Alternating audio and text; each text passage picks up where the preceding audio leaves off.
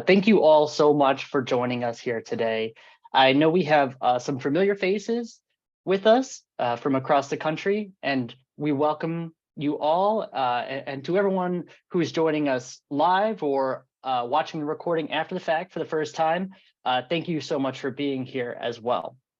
And before we jump into our session, I just want to let you all know that we are going to have a closed caption service available for you.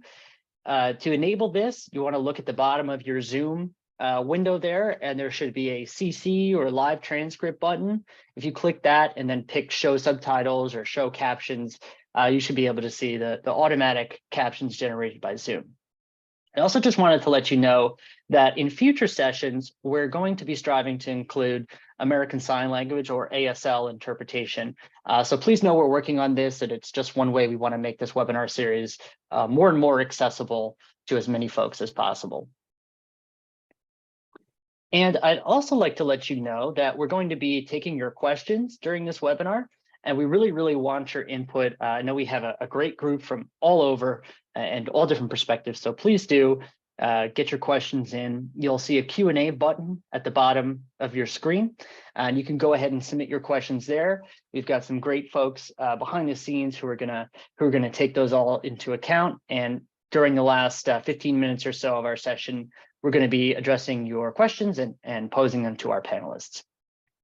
So before we get started, I wanted to just take a moment to pause and recognize the folks from all over our country and the world who are suffering and impacted by disasters and incidents, even people who may feel that they've been forgotten or not getting what they need, as well as our public safety folks, our first responders, firefighters, law enforcement, and military partners. So I'm just going to take a sec to acknowledge that and wish them well. Okay, well, thank you for allowing me to do that. And we're going to talk today with some of our guests that we're so excited to have on us. And they're going to help us talk through an extremely important topic, which is building trust with vulnerable communities before, during, and after disasters. So I'm very pleased to introduce our two experts who have been in this field supporting vulnerable populations in disaster and emergencies for decades. And they're here to share their insights, share their experience, and really engage in this conversation. So let me turn it over to Andrea Davis for your introduction. And maybe you could also just tell us why you're passionate about this topic. Thanks so much, Charlotte, and thank you to the entire Merit team for this opportunity. I'm really glad to be here today. So I'm Andrea Davis, and hi to everybody out there. Thanks for joining us. I currently run my own small business focused on creating community resiliency. I left corporate America about a year ago to go all in doing this. Before I was with Walmart and Disney, heading up their crisis management departments. And before that, I was with the federal government with FEMA down for Hurricane Katrina recovery work in New Orleans. And why I was so thankful, Charlotte, that you asked me to be here today is I've been in this profession since 1999. My first crisis was Y2K. And so to see the subsequent disasters, and especially as they've grown in intensity and frequency, and to see populations of people left behind on each occasion from 9/11, then into Katrina, to Hurricane Sandy, Superstorm Sandy. I mean, we're seeing it every day. And the job of the emergency manager has gotten much more complex.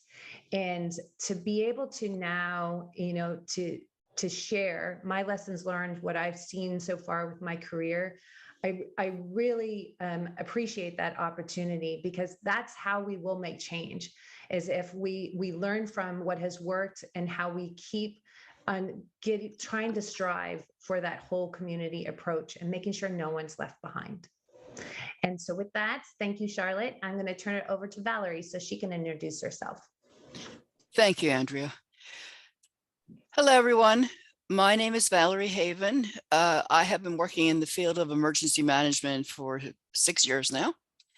I am the first blind individual to earn a degree from the Massachusetts Maritime Academy. I earned my master's in emergency management at the end of 2019.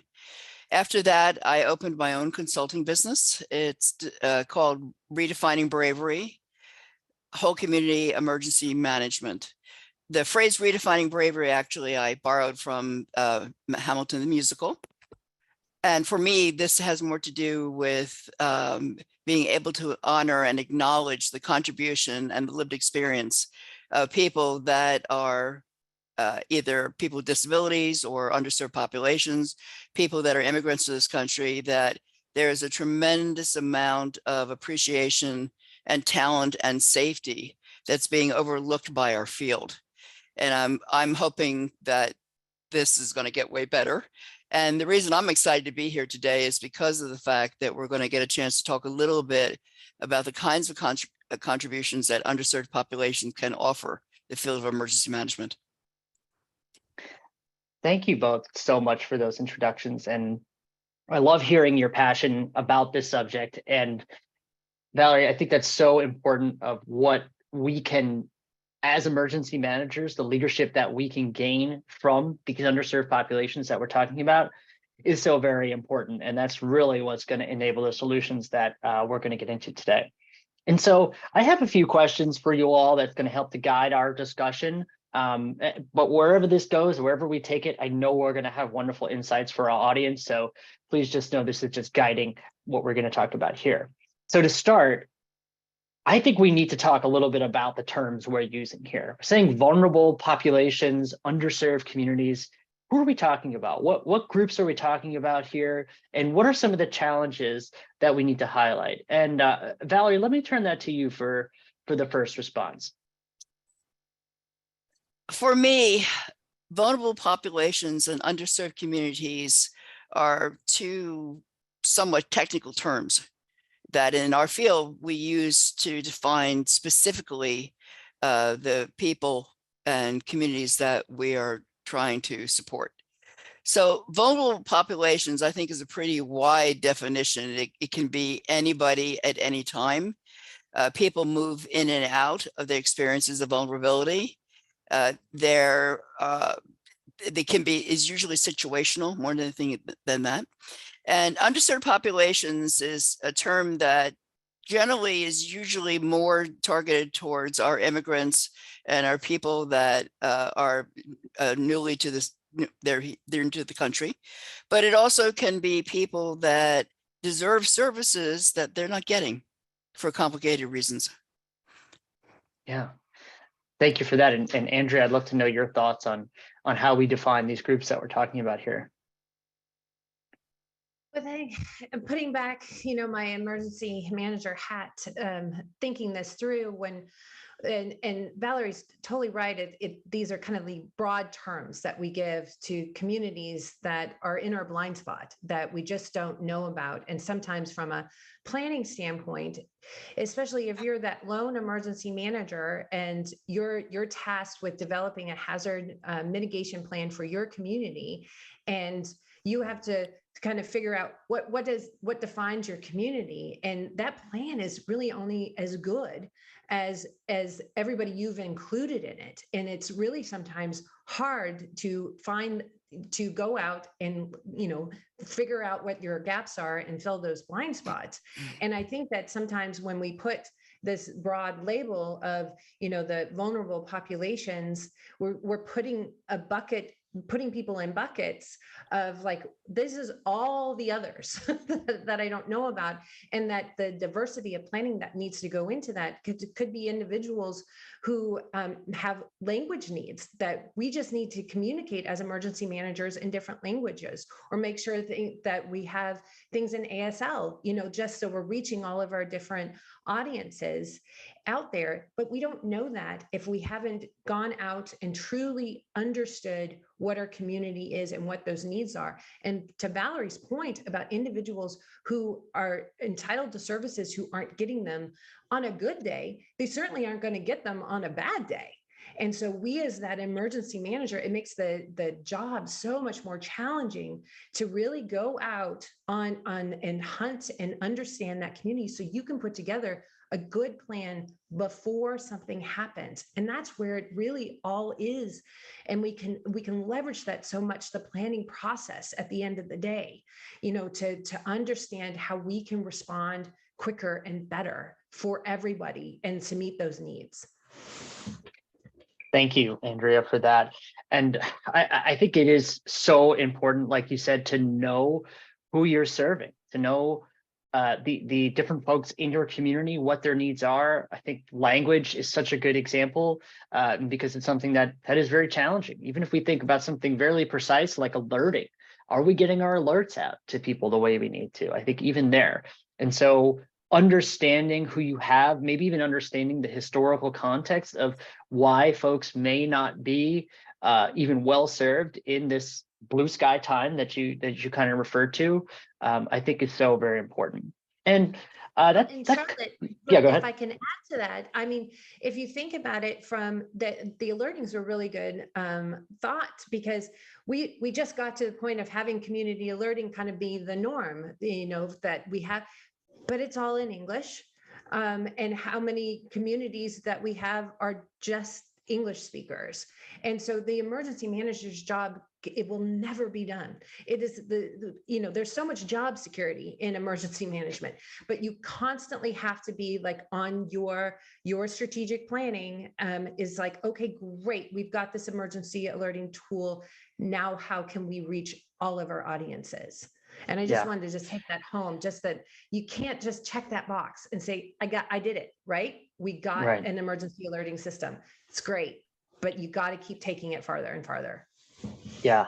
And Valerie, I don't know if you have anything to contribute there as far as like adaptive technology and what we can do to make sure that that message reaches our whole community as much as possible.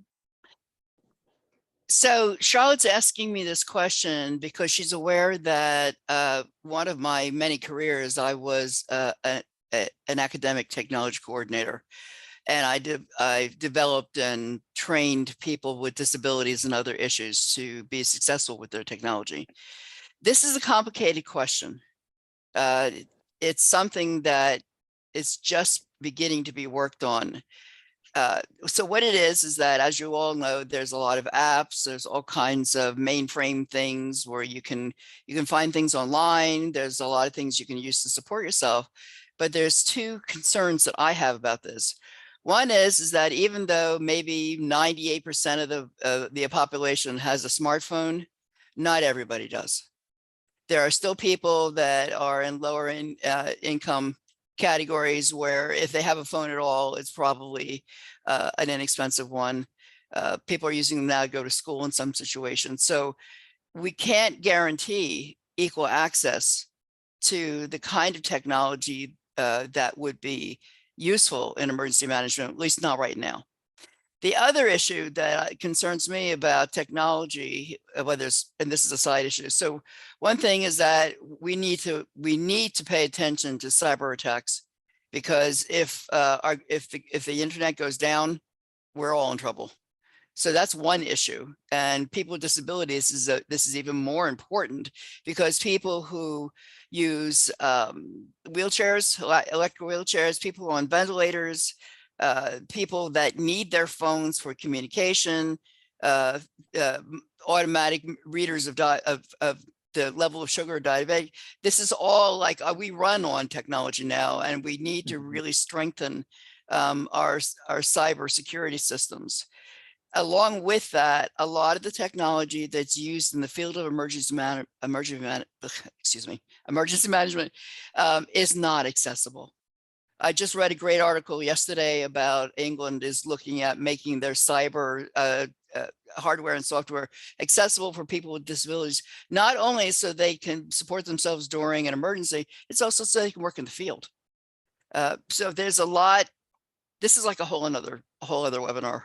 Yeah, I promise. Yeah, and I think it's a subject we'd like to take on for sure. Go ahead, Andrea. But I think, Valerie, you're so right. I mean, it just gets to the basics of communications. I'm actually working with a tribe up in Northern California right now. And you think of California, right? You know, it's the 5th largest economy. Of course, everybody's got smartphones and, you know, not dealing with not having basic needs like no power. This tribe is so remote. Every day they lose power at certain times of the day. They do not have cell service. They do not have internet access. If you call 911, no one answers because there's no social services. This is in California. And so how is the emergency manager going to support that community when a crisis happens, and how they communicate? It's old school. I mean, it's absolutely old school. If something happens, it goes to the elders, they alert, and they go in their cars. Those who have a vehicle go with the bullhorn and tell people, the fire's coming over the hill, or whatever the emergency is. And so you have to learn those patterns of the different communities you have, so you can access them, and then leverage, right? And leverage the leaders in the different communities to get that message out. And so it's establishing that connection, because you're so right, Valerie, that it is, we assume everybody has a fabulous, smartphone to be able to communicate on a daily basis. And it's not the case for a lot of populations in very, in areas where you think are wealthy and have a lot of their needs covered. Andrea, thank you for that. I'm so grateful that you shared the work you've done with the tribe you mentioned there in Northern California. And I think it really illustrates this digital divide we have, and that there are so many people who are not up to speed or where we think the majority or most of the population is at with having that access to technology. And Valerie, I loved what you said about thinking about even beyond that when it comes to technology and our infrastructure, with basic utilities being available to people. And we know even in the blue sky times, that's not always able to be achieved. And I know we have some folks on, and I've spoken with folks who represent utilities or work with utilities to get them more resilient. And I just think that's a huge topic that we want to hit. And we are planning on hitting a future session on technology. Merit's a technology company, and we work with folks who are as well. And so I think that is a huge component. And so with that, we're talking about what we can learn from the communities that we're talking about, what we serve. And I think it really gets to that idea that we have a long way to go, and that we have trust that needs to be built. And so I wanted to ask, why is there a trust deficit between these communities and emergency managers? Where does this come from? And Andrea, I'll throw it to you first to talk about that trust deficit. I think it's a pattern of what we've seen, especially in the big crises, and just referencing like September 11th or Katrina.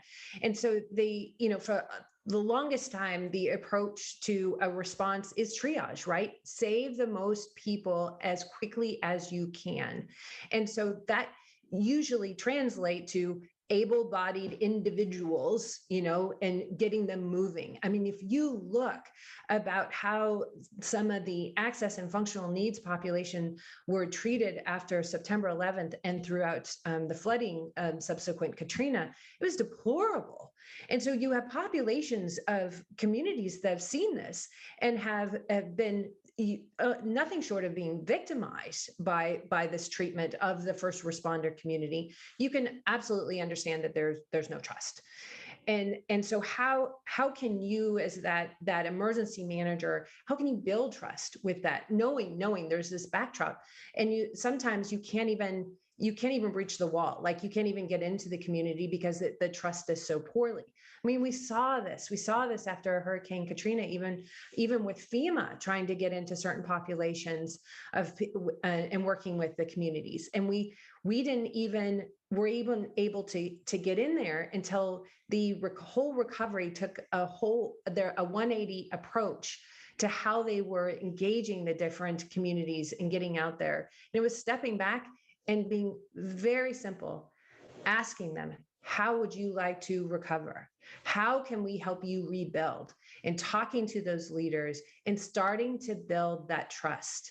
Speaking at, telling them this is the rules, this is how we do things, is going to get the door slammed in your face. But if you truly care and you truly want to get out and embed yourself in your community, it is getting out there. It's hitting the pavement. It is introducing yourself and saying, I want to help, and ask questions, ask how you can help them. How can you communicate better? Expect Not everybody's going to be welcoming. Expect that. But hey, a job as of an emergency manager, you got to be tenacious. And if you approach things with empathy, which I think is the #1 skill an emergency manager needs, and if you can understand what a population of people has gone through and to understand how deep the lack of trust is and start chipping at that wall and in it for the long game, you'll build that trust. You have to start somewhere, and it is by just getting out and starting that conversation. Thank you for that, Andrew. And I think we as emergency managers look at Katrina a lot, and we know that national policy and doctrine changed greatly as a result of what we saw after Katrina. And I think it looms large still in many people's minds. And that, if we think about FEMA, that's what people remember, and that's the perception that they have. And so let me just throw it to Valerie here. I don't know if you want to speak on what we can do to build that trust, and to Andrea's point, how important it is to come in with some empathy and I would say humility too. The lack of trust among many of our communities goes very far back. It goes back to agricultural times where people who were deemed to be different were either promoted as the shaman or the leader of the community, or they were pretty much cast out. Where the issue that we are talking about right now actually started is at the end of World War II. So we, all of us who have studied history know that people with disabilities and gay and lesbian people and other people and Christians were all euthanized, but not as many people know is that practice continued here for the sterilization and sometimes the death of people who have developmental and cognitive disabilities.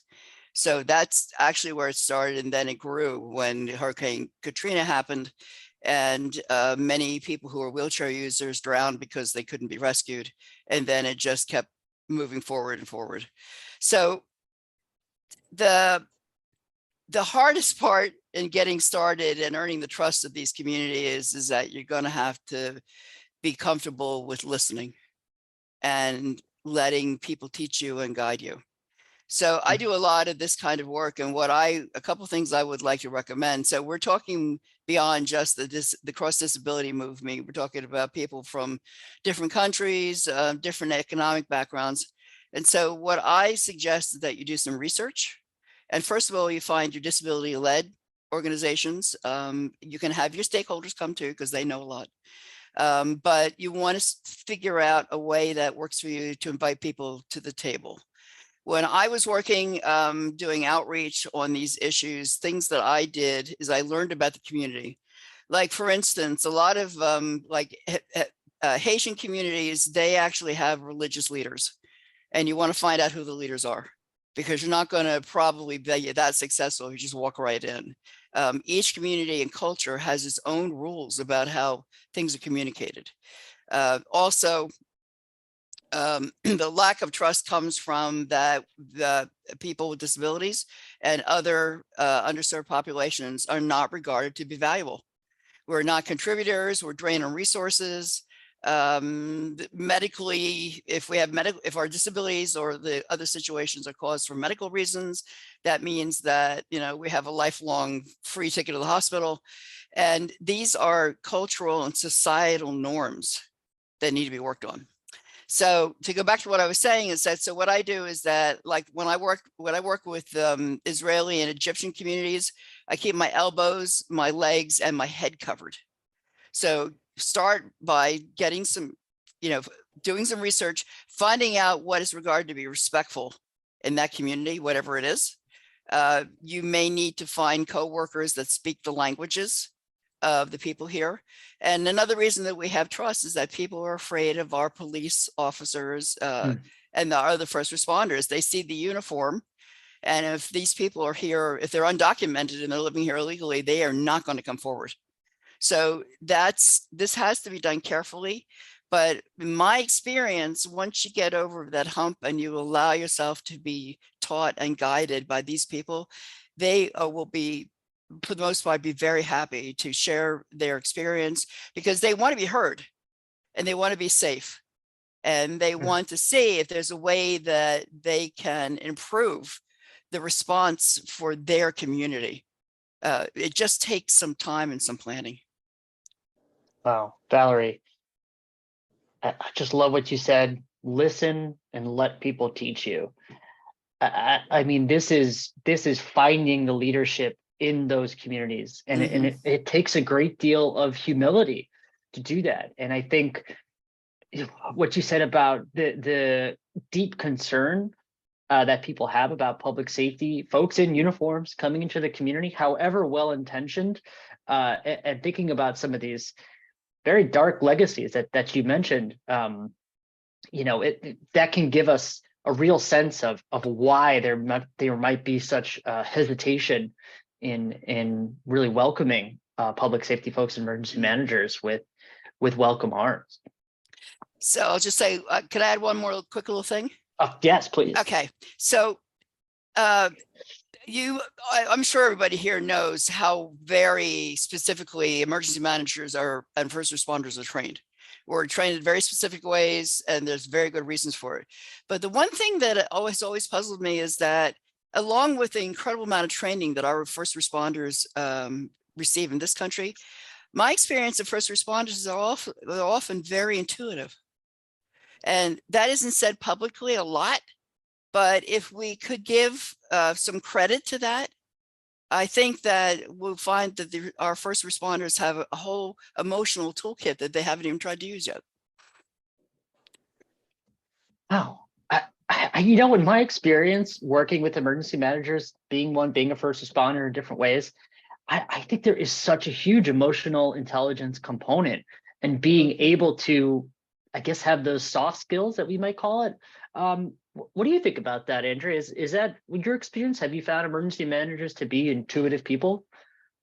Oh, hands down. And that's why I've always really been the proponent of kind of pushing the emergency manager first and foremost out with community planning and engaging with the different populations, because they inherently have those soft skills.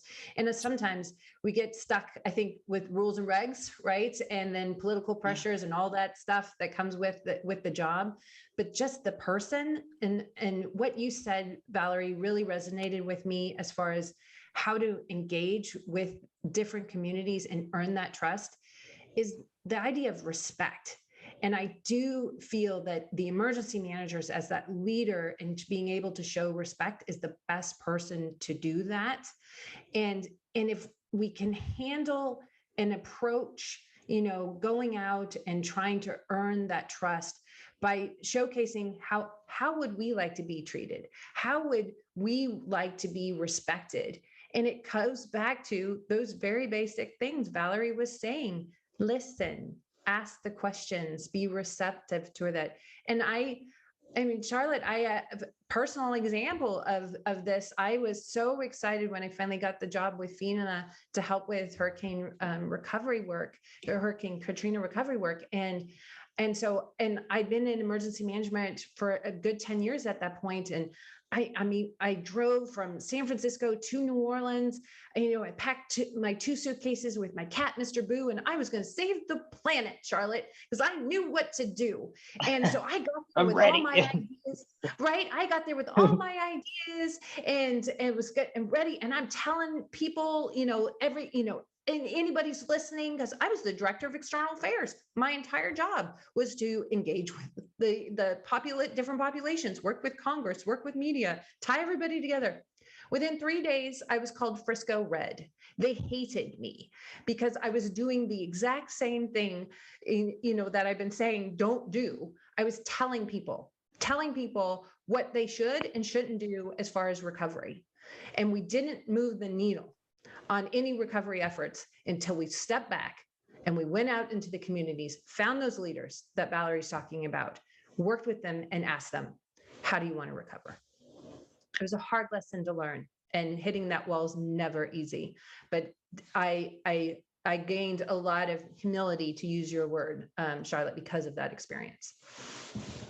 Yeah, and I think it's hard because we as emergency managers, we plan so much.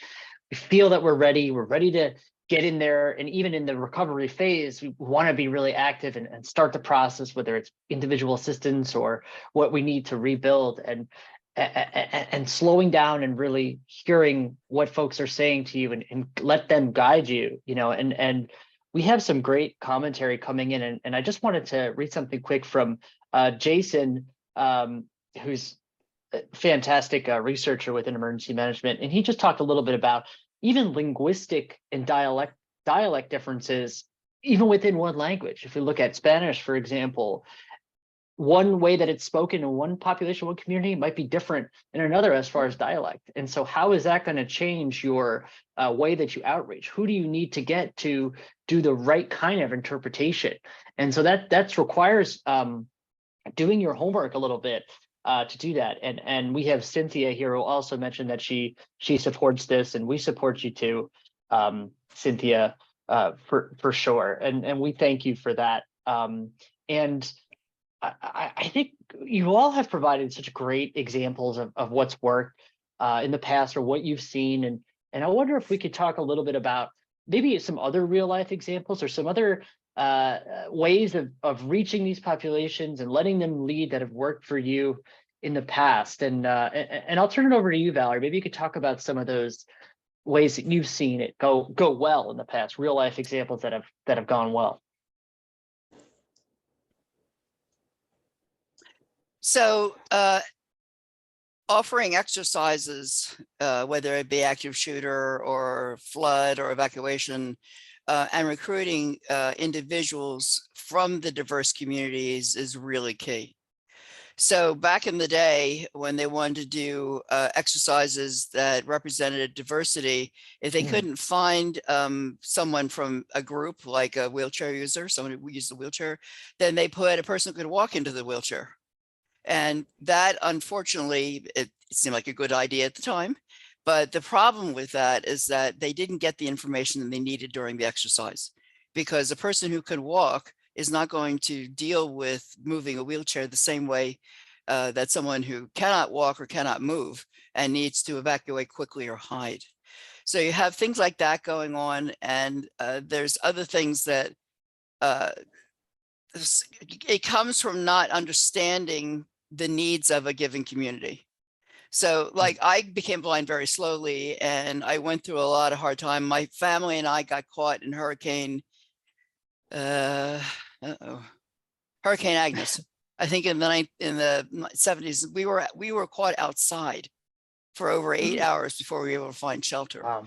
So that is a lived experience that I can bring to the table, in addition to how I responded to it for being blind.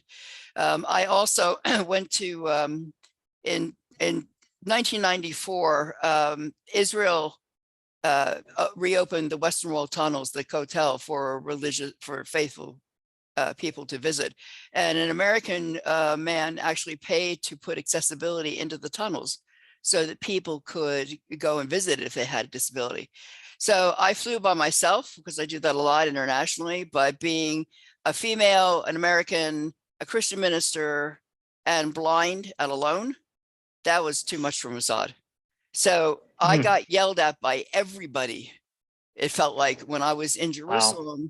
And this was legitimate, because they're under active threat all the time, basically.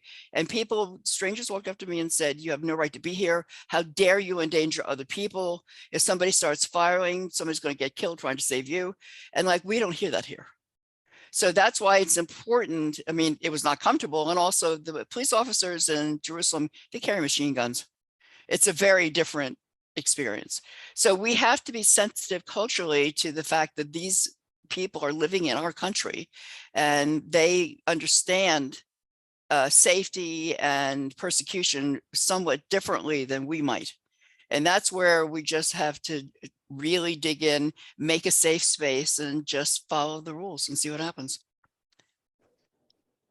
Yeah, I think that if we take the lead of, as you mentioned, disability-led organizations, but there are organizations led by the people in these underserved populations that exist in our communities that are doing that work already, that we as emergency managers may not know about, but we should not only tap into, but let them guide us.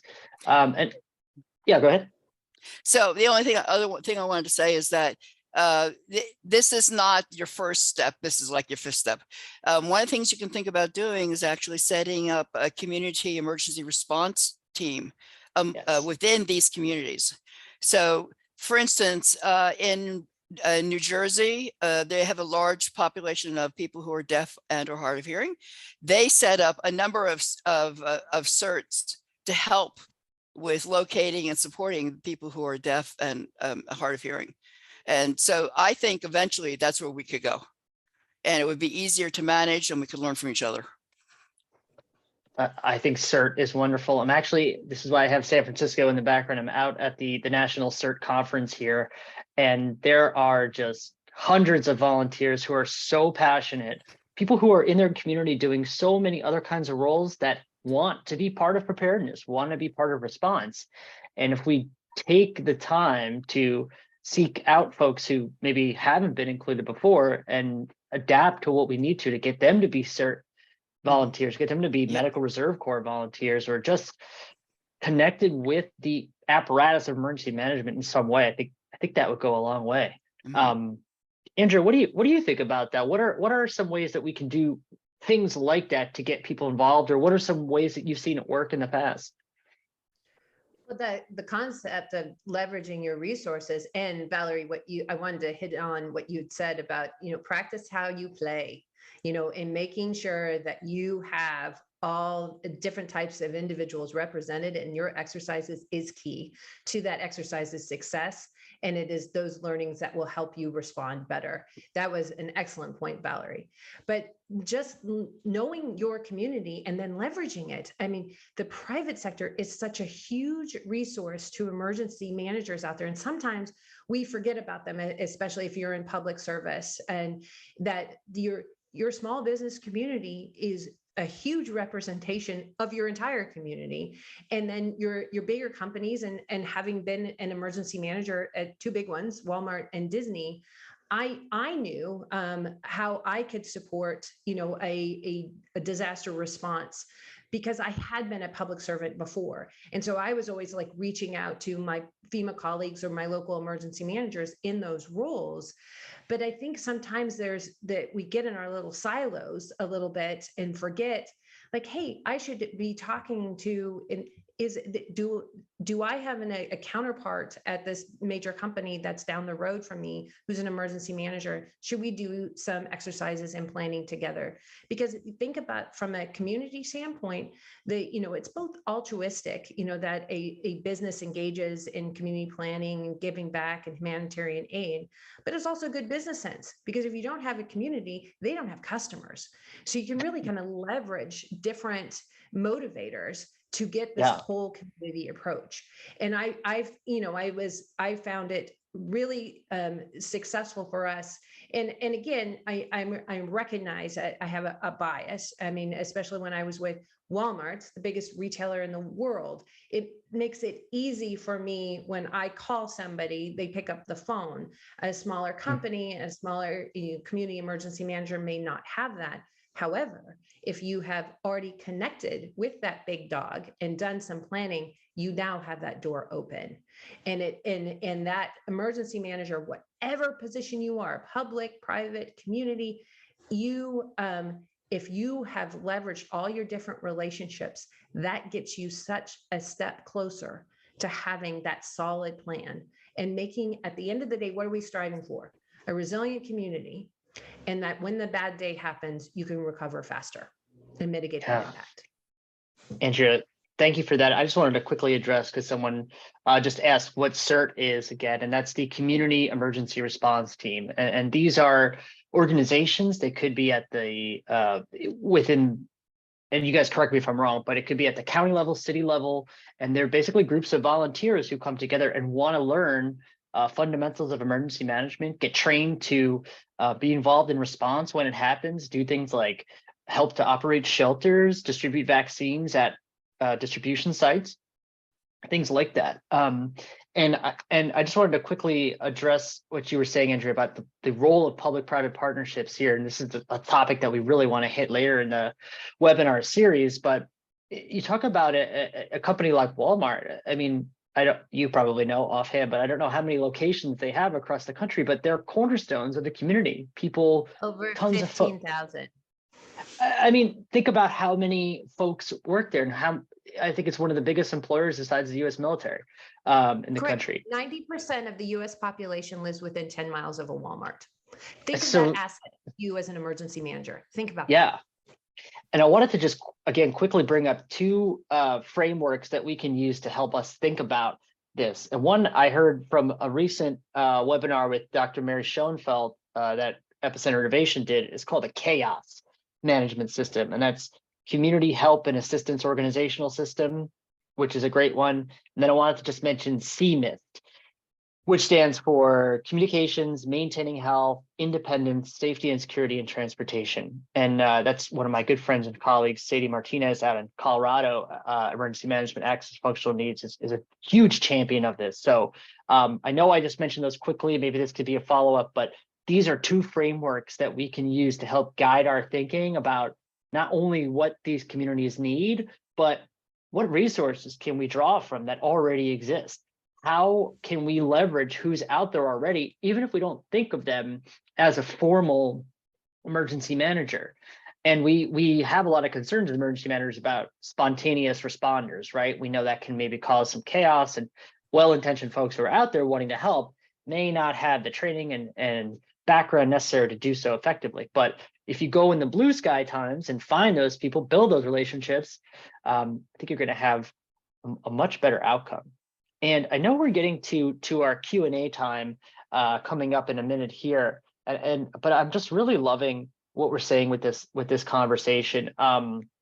So I will say, just before we move into our question and answer period, the folks who are on this webinar now, who may be emergency managers, who may be in business resilience, who may be in other related fields, what other advice would you give them if they're interested in empowering these communities? Like, what can they do within their own organizations to help maybe influence leadership, or the kinds of things that they can suggest? You know, we talked about making our exercises and trainings more inclusive, but what along those lines, what else could we do? The folks who are listening here, maybe Valerie, you can start us off with that one.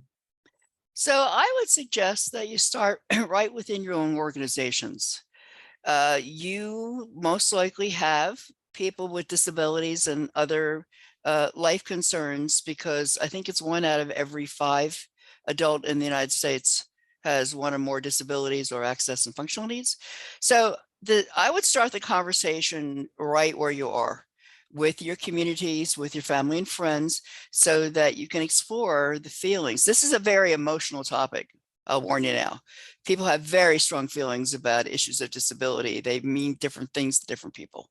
So to start with your own organization, look at what kind of access resources you already have some, and I guarantee you do. You may not know where they are, but they're there. And then decide what you want to do to go forward, so that you can use it as a springboard and not feel like you're scrambling and that you don't feel well informed. That's a great suggestion, Valerie. And there was a comment in the Q&A about, that there's been people have been doing this work for a long time. Leverage the network that's out there. And I liked your point, Charlotte, about sometimes reaching out to those folks who aren't necessarily have that emergency manager title, because that's actually where you're going to really hone in on the skill set and that different type of work that might have been done in different communities. So reach out to your network. Hey, you now know me and Valerie, and that I'm always happy to share what I've learned so far. And some of it's not pretty, and but share some of my successes with you, and then just just start building that network. You're not alone out there doing this kind of planning. It's been going on for a long time, and we can so much learn from some of the just wrong decisions that were made. And so that we don't repeat them, and understanding that. Read an after action report for Hurricane Katrina. Just read it and see where they suggested improvements. The Katrina Reform Act has a lot of information into it. And then look at more, current crises. Look at 2017 when we had the back-to-back hurricanes, and think about how all of the resources, both from local, state, and federal, were taxed at one time. Everybody's deployed, and then who was forgotten during that when everybody's stressed and out serving? And so see where you would plan, for a better or more positive response, looking back at past kind of where wrong decisions were made. Use that. It's great data for you, for your planning. Albert Einstein has a great quote. He said, anyone who has never made a mistake never tried anything new. I just love that quote. I love that too. And this is not easy. And we all deserve grace in this as we build these connections and find out the things that we didn't know. I've been saying this a lot as we've been planning this. I don't want to come off as a scold. I don't want to be like, you're doing a bad job, emergency manager. You're not inclusive. It's like, this is not easy. And we do a little better with this every time. And I just think that, there's going to be a lot of grace given to you by those communities if you come in and say, we want your trust. We want you to tell us what we don't know. And we're here to listen and just take from you and your leadership. And so thank you all for that. So we have a couple questions here that I'd like to kind of move on to.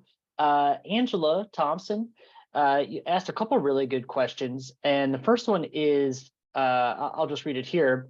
With EAS alerts, I believe this is New York Emergency Management, sends out in the top 8 languages, and it also sends messages to VOADs and COADs, and VOAD is Voluntary Organizations Active in Disaster. COADs, I think, is Community Organizations Active in Disaster. Correct me if I'm wrong. Do you think it would be more helpful for emergency managers to build in COADs and VOADs more to get the message out during emergencies? So maybe, yeah, Andrew, could you talk about how we could work with these voluntary organizations as well with this alerting piece? It's a great point. Thank you for bringing that up. That's how I got my start in a COAD in San Francisco, collaborating agencies responding to disaster. Go San Francisco card. It still exists today.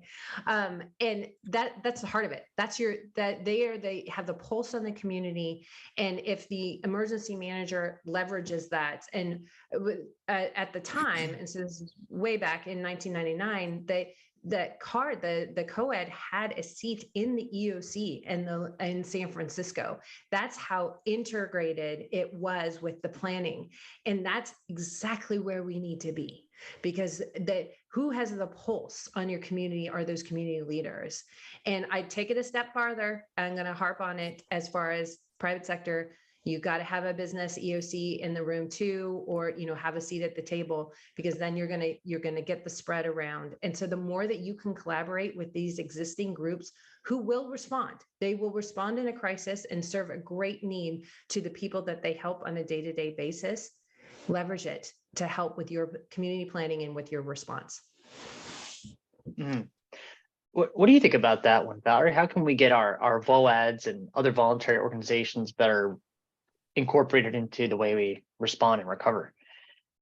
So back in the mid-90s, the Center for Disease Control and Prevention came up with a tool, and it's COIN, COIN, it stands for Community Organization Information Networks.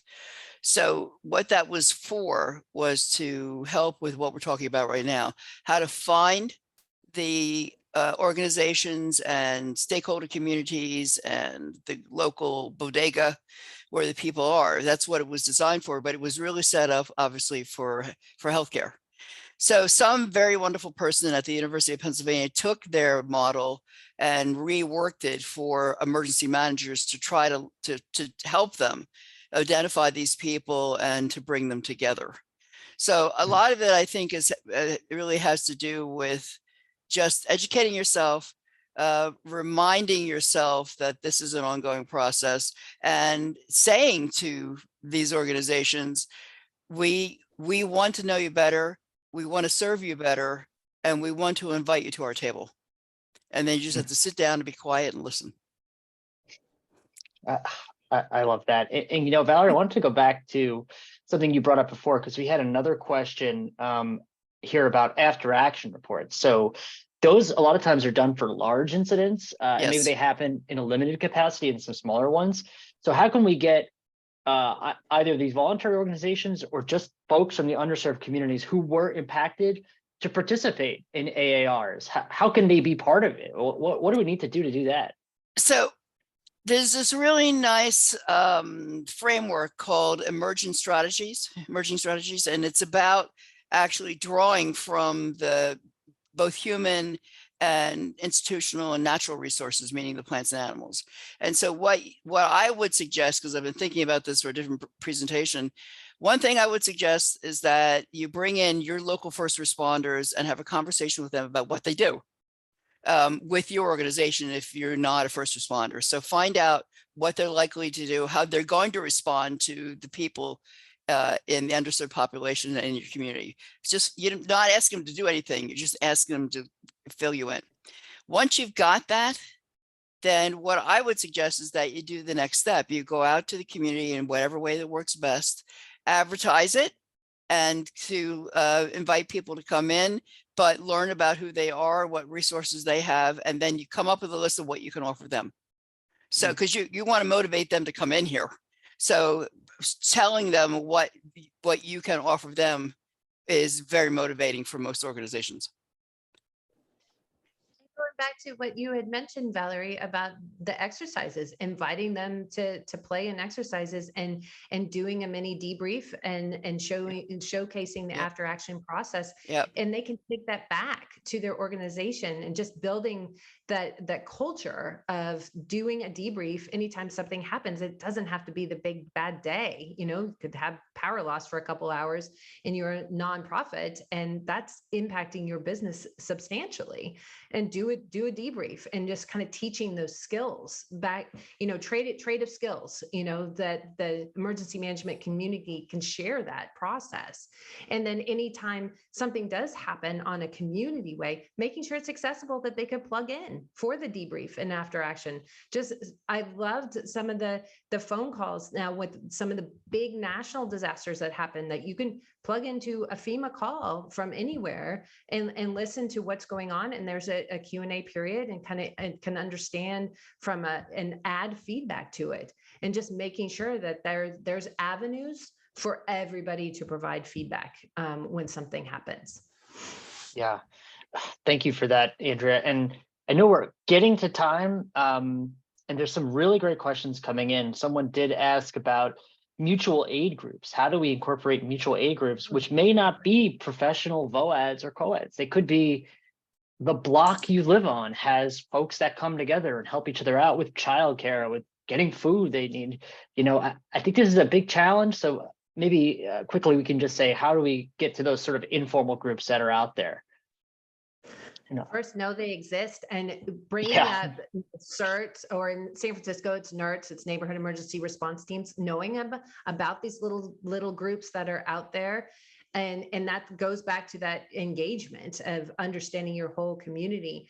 But and not to keep crediting San Francisco, but San Francisco took it a step farther with that planning. They incorporate them in the city's plan and actually use them as citywide hubs, understanding that comms could be down, and so they made hubs around the city, leveraging these little community mutual aid agreements and trying to tie them into what was the local resource at the time. It was libraries throughout the city. Using that, again, it's leveraging what you got, as that emergency manager who doesn't have a lot of funding and may be that one person. But find it one, you got to find out where they are first, and then see how you can engage them and then integrate them into your planning. Thank you, Andrea. Valerie, do you have 30 seconds on that? And then I'll just move to wrap up. I would gather your shelter staff, have them meet with the people, give a tour of your shelter and say, what are we missing? What do we need? What is the best way that during an evacuation scenario can we help you? I would do something tangible like that as an introduction to what they need, and also a very structured way to get feedback and information while getting to know the organization. Thank you so much, Valerie. So we are almost at time here, just a few minutes to go. I want to thank everybody who's watching this webinar, listening, for joining us today. Thank you so much for your wonderful questions and just your interest in being here. And I think it demonstrates that you're already doing the work just by wanting to be part of this conversation and allowing us to speak with you. And so as we've been having this conversation, I wanted to just leave you with a couple takeaways here. And so the first one is that planning really requires that you understand the whole community in that true sense. And that takes work, and that takes doing research and going to where people are. And this, as we said, and this I love so much, is listen, intense listening to people and stepping back with humility and hearing what they have to say. And to me, I like to describe that as seeking the leadership from the communities themselves. And so I think also we talked about if we're really going to be truly inclusive and serve as many underserved people as we can, it's got to be incorporated into every phase of the emergency management process. And then another point that I'll add real quick is to leverage the partnership, or to leverage the organizations that exist and build partnerships in blue sky times, not just with the neighboring county's emergency management agency, but the voluntary organizations that are out there, the private businesses who have this huge role in employing people and providing them resources in the blue sky times, as well as the other groups that we discussed in these informal networks of mutual aid. And so we are going to have a survey that's going to be linked here in the chat that we invite you all to take, and you can give us some feedback about what you found useful, maybe where we can do better. I'd like to just throw in ways that we can be more accessible. We'd love to hear that too. And then we're going to have in the next couple of weeks and months, we're going to have further editions of our webinar series. So we invite you to come back with that. And just a quick word about Merit. We're all about enhancing the whole life cycle of disaster, right? Preparedness, response, and recovery. And we do technology implementation, software, service to help track hours, reimbursements, get folks on site. And so that's what we do. And I definitely invite you to check out Redefining Bravery for the great work that you're doing, Valerie, to help getting our emergency managers more inclusive, as well as the Resiliency Initiative and the fantastic stuff you all are doing with planning and policy, as well as some of the philanthropic work that you're doing there. So definitely check back. And we thank you all. Thank you so much, Andrea and Valerie, for joining us. We wish you folks, if you do have the weekend off here to celebrate 4th of July, please be safe and have fun. And just thank you again so much for joining us today. Thank you, Charlotte. And I have to say hi to my dad, who's been listening. Hi, Oh, I Dad. love that. Yeah, thank you, everyone. Thank you so much. Thanks, folks. Yeah, please reach out. We'll be happy to follow up.